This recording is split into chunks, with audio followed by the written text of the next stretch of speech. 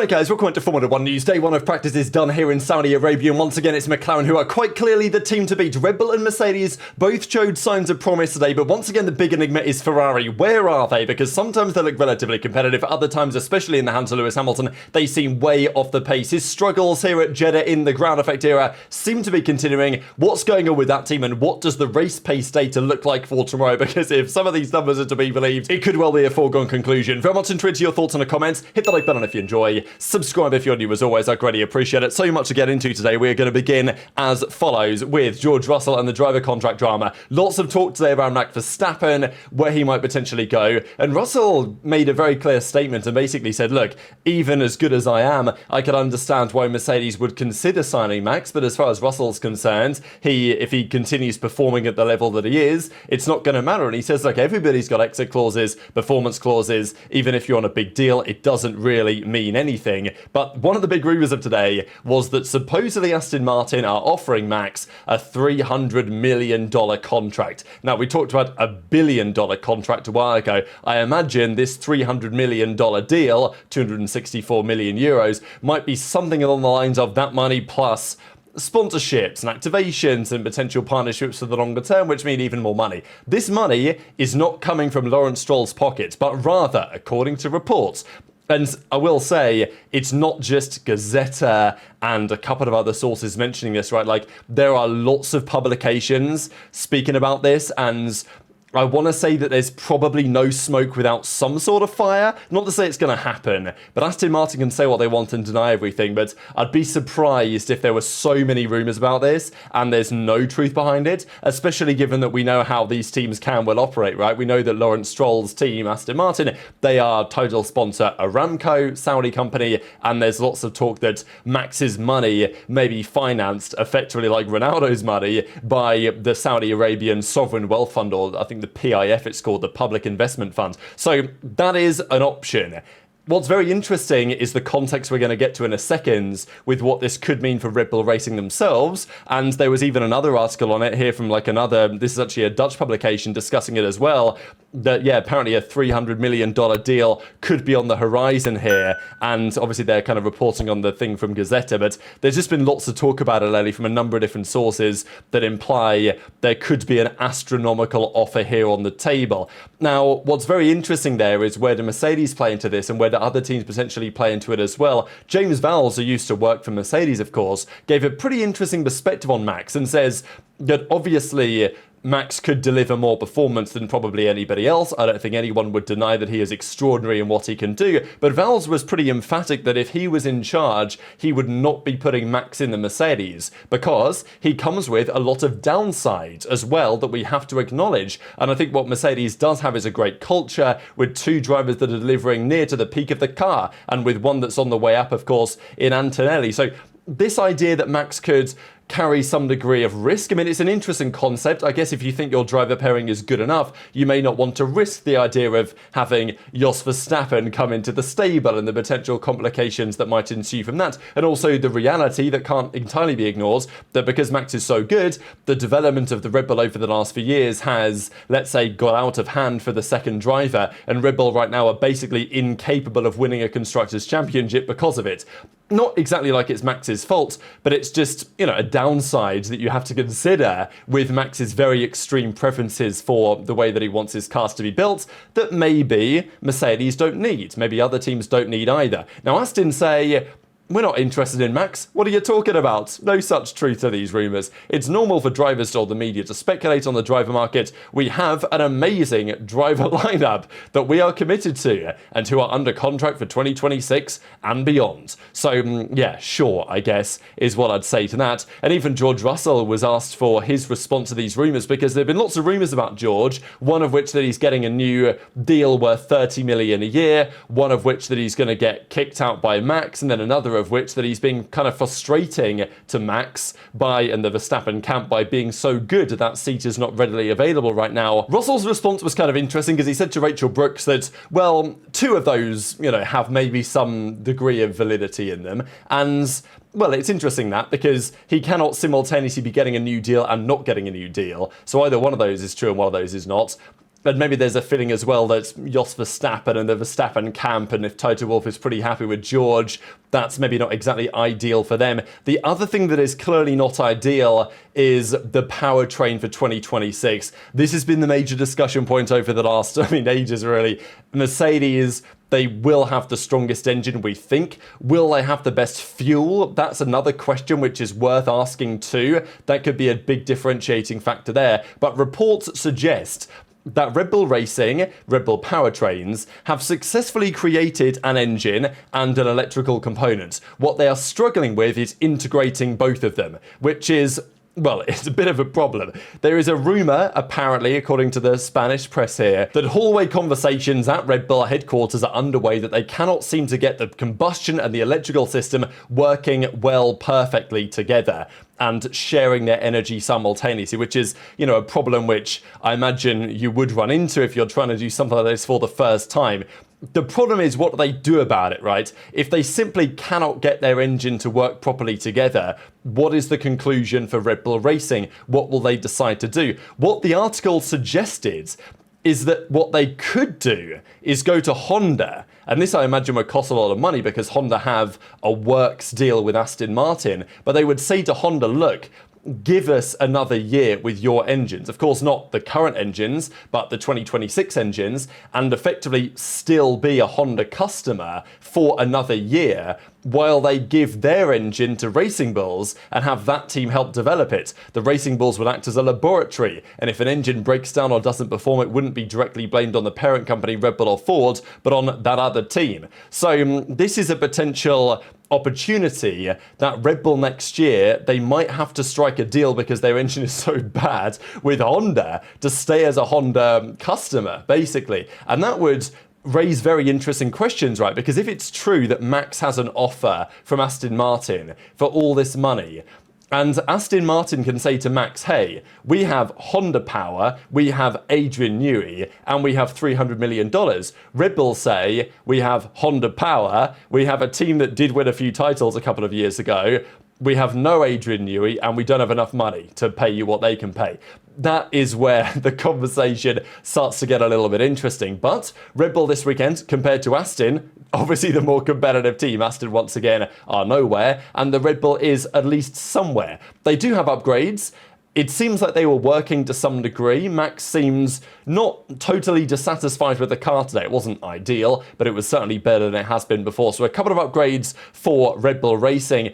There's also an upgrade, not an upgrade precisely, but they've changed their engines. So I guess there is a feeling, and maybe understandably, at a power track like Jeddah, they need all the power they can get. So every single Honda-powered car, the Red Bull Honda-powered cars, are taking a new engine. So this potentially is going to be one of the reasons. We know that in a straight line, every extra couple of kph right now could be critical against the McLarens. It is a circuit where McLaren's higher drag potentially would cost them, although as of the result of today, it's not so clear that's the case because they're able to run a bit lower downforce than they usually would and seemingly get away with it, McLaren. They also themselves have two performance upgrades. They have a reshaped diffuser and a new rear brake duct winglet arrangement. So a couple of things they're playing around with on their car for this weekend's Grand Prix, and, well, it seems to be working. Ferrari have changes too. You can actually see here that their rear wing, it's a very, very minor change, but you guys can just about tell at the top of the screen here that this rear wing on the right-hand side is just cut slightly lower than the one on the left. So this was Hamilton on the left-hand side, this was Leclerc on the right-hand side, and there's also a change in the configuration, substantially actually, of the beam wing as well. This is what the two Ferrari drivers are running in the first free practice session of the day. But even in the second one, when they changed things around a bit, it's not like it was working much better for Hamilton. So, interesting first practice session. This session is never going to be the most representative. It was hot this time of day. And that arguably brought out the best of the McLaren because the McLaren can look after its tyres better than anyone, and in the race simulations, wow, in this session it was different gravy. But the track was ramping up rapidly initially. Everyone was setting purple times. Norris and Piastri were P1, P2. Definitely Lando looking more comfortable here. Hopefully not famous last words from his perspective, but as I said the other day, I'm expecting that Lando isn't just going to roll over, right? I think he's going to fight back. I think, he's he's got the one-lap pace. There's no doubt about it. And with how tricky it can be to overtake, and especially with McLaren maybe wanting to instill some papaya rules and some team orders where necessary, I think that Norris will still be out qualifying Piastri plenty of times this year. May not be tomorrow, we'll see. It's not been his favourite track, but it's, you can't deny Lando's qualifying pace prowess that he's shown in his career. But we talked about Mercedes coming into this weekend, how much of a threat they could be, because on paper their straight line speed should be better than a McLaren's, and it is based on the numbers, but not massively so, because McLaren are running definitely a lower downforce rear wing than maybe I expected, but they're still able to be absolutely devastating in the corners of Sector 1, and that is the scary thing for their rivals. But Russell was mixing it up, P1 at this point, the lap times kept on falling. Max was on the radio saying that, yeah, the balance isn't actually too bad, which was almost a positive for them to take away. Then the soft tyres started to get bolted on. Norris went P1 with a 1:29.2. The lap times kept on tumbling down. This was Yuki Tsunoda actually, who, to be fair at this time, put in a pretty good lap. I know that he didn't have the best finish to the day, but I think Yuki... Look, we've only seen a couple of races and a few practice sessions, but I think there's definitely a feeling that Yuki's doing a better job than his predecessors in Lawson and even, I would say, Perez, at least so far. I think he's able to have some confidence in the machine, put it in a position which is pretty competitive. Is he going to make some mistakes in that car? Yes, sure, and he did right at the end of the second practice session. But, this lap he did here was shortly after Max's, and he put it within a tenth of Max, which is not something we've seen for some time. So I think he'll be confident that he can still qualify well tomorrow. And the car seemed to be pretty good in the second practice session, but Max wasn't so happy with the balance, as you might expect. But this was towards the end of that first practice session, and very, very fascinating to see what happened at the top here, because Gasly, the Alpine was a car that we were not expecting to be great here, just because it's obviously a good chassis, but on a circuit where power is so important, it could be a big issue for them, right? But I guess in practice, who knows what kind of power level they're running compared to their rivals, and maybe the difference is less stark, really. So I don't think in qualifying they're going to be able to be there, but it is impressive what Gasly's been doing lately. But Leclerc was within a tenth of that time, and Norris split the two of those as well. So it was clearly possible for the Ferrari to be there, but Hamilton was about half a second off the pace, and that was certainly a story that continued into the second part of the day. Before we get there, in the 40-degree temperatures, in the long-run data, there was no stopping McLaren. I mean, if you look at some of the long-run times, this was Leclerc, this was Hamilton. You're talking 135, 134 high, something in that kind of ballpark. Russell was doing a 134 low, Max was doing 135 mid, and then you had the McLarens averaging like a 133, and then Piastri was averaging like a low 134. Obviously, only a couple of laps, but the point being that in the race simulation data, in those kind of temperatures, there was just... Lando just wasn't getting any degradation. He was far faster than anybody else. It was a bit scary, right? Now, of course, the race is not run in those conditions. It's run later in the night in the more representative, cooler conditions. Not cool, though, it must be said, in Saudi Arabia. And that's the thing. There is reason to believe that McLaren could be vulnerable here, but also the Saudi Grand Prix this year is a few weeks later than it usually is, so it's a few weeks hotter than it usually is, which helps the teams that have better deg, and that's certainly McLaren. They did mess around as well with the upgrades. Lando actually had the older spec on, Piastri had the newer spec, but this was the running after the first part of practice, and then the second part of practice gets underway. Unfortunately for Bortoletto, who had a difficult first practice session and really needs the time around here, right? I mean, Jeddah is the one track where you want to get as much track running in as you can, because it's just a pure confidence circuit, really, and that's probably why Hamilton continued to struggle today, given that he's got a lot to learn, let's say, in terms of the way that he handles this car. I'm not even so sure that, because obviously in China, Hamilton won the sprint. It was very impressive pretty much the entirety of the weekends. But I don't know, they've changed a couple of things on the car. It seems like they found a direction which helps Leclerc, and Hamilton's really struggling to control the car in a way that he wants to do. We've heard his discussion between the Carbon Industries brakes that he used to use and the Brembo brakes that he's now on, and struggling to understand exactly how to get the best out of that. I think in a race stint, Hamilton will still be fine, if not just as quick as he always has been. But in qualifying, when you're pushing for those last hundreds, that's where I think it can really unsettle him today, and maybe continues to do so. But Bortoleto had a fuel leak, so he couldn't even get out for FP2, which is a bit of a nightmare. This was Lance Stroll spinning off, nobody's surprised. This was Antonelli hitting the wall, or coming perilously close to it at the final turn. And we see this a lot in Jeddah, right? The final turn, so much time can be gained and lost there. You want to be as tight as you can to the wall, of course, famously where Max Verstappen hit the wall on his final qualifying run back in 2021. Still, I go back and watch the highlights of that qualifying session very frequently because that was Formula One very, very near its very best. And then this was Yuki Tsunoda, who did his best Max Verstappen impression from that day. It was actually a very different incident, to be fair, but he ended up in the same wall, and this is how it happened, right? So this was Yuki, his front suspension was cooked, and obviously he was fine. Tough way to end the session, of course, with the red flag.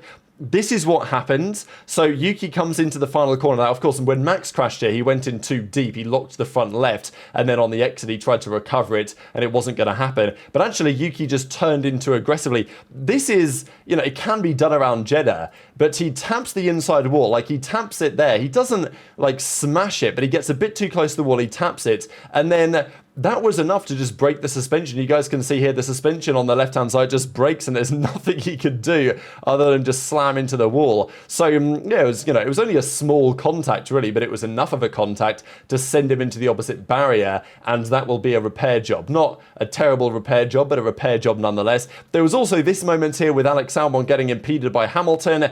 Look, he definitely got impeded, but it's a practice session, so there was going to be nothing done about it, of course, at the end of the day. But Hamilton was on the radio, so, he basically got off with that. If it happens in qualifying, then sure, it's a different story. But Hamilton was on the radio saying, yeah, something's not right with this car right now. Like, he was struggling to really feel where it was, and maybe they're going to find something that turns out that that's true. And there's no doubt that Ferrari and Hamilton are under intense scrutiny right now, but that is certainly not going away after practice today, because, Hamilton was trying to get the best out of the car and the tyres, but he wasn't really able to do so. Leclerc, of course, as expected, has some inherent advantage. The fact that he's been at this team for a long time, he knows the team, he knows the cars, he knows the way to get the best out of them as well. Hamilton was saying that pretty much Leclerc turns up for the weekends with a setup and just runs it and gets stronger and stronger on that setup. Hamilton's approach typically would be slightly different, but Hamilton as well was like, something's wrong with the rear of the car. Look, who knows what it is and what's going on, but there was lots of discussion from everyone really on why Hamilton continues to look pretty lost in this machine right now. And even there was comment on it by Fred Vasseur, who said, yeah, it's true for Lewis, it's true for everyone. In terms of adapting driving style, the big difference is that he's honest enough to speak about this, but the team has to do the same job in the opposite way to, of course, help Hamilton in that position, right? And Fred Vasseur even said it last weekend, that the team has to help Hamilton, but Hamilton also has to take a step up himself. Now, this weekend in Jeddah, of course, he won the first Grand Prix in 2021. He was pretty mega around here, but in the Grand Effect era, it's not been a good track for him, and especially on a track where confidence is so paramount, if he's not able to quite get to grips with how he needs to, especially brake and turn the car very differently when you're really pushing for those final attempts. It's not like Hamilton's lost all of his talent, but of course, right now he is struggling. I don't think anyone's going to deny that.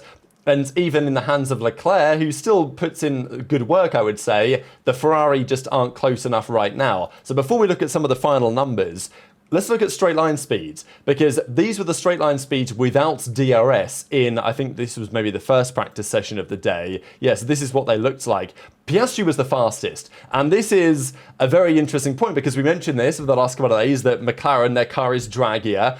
And to compensate, to make sure they're not super vulnerable in a straight line, they've definitely knocked some downforce off their car, and their rear wing looks pretty unloaded. But they're able to sustain that and still be incredibly rapid. That just shows their platform control. Where the floor sits is absolutely mega. Leclerc was quite substantially slower in the first practice session. These were the speeds in FP2 with DRS open, and Hülkenberg was topping the lot. And we had, the Mercedes were actually down at 330, 329, so only a couple of kph ahead of the McLarens, which probably isn't going to be enough to make a substantial difference in the second and the third sector. So some promise shown from the Mercedes today, some promise occasionally shown by the Ferraris, but maybe it's Max and Red Bull that find themselves after the second practice session, maybe in the best position to try and do a Suzuka and actually put together a storming lap, which is going to be good enough to take down the McLarens. But even if that is true, The long-run data we looked at implies that any sort of lead against the McLarens this weekend will probably not last for long. Part of me still feels like George Russell is the man to watch for tomorrow, but very much enjoyed your thoughts on all this stuff in the comment section below.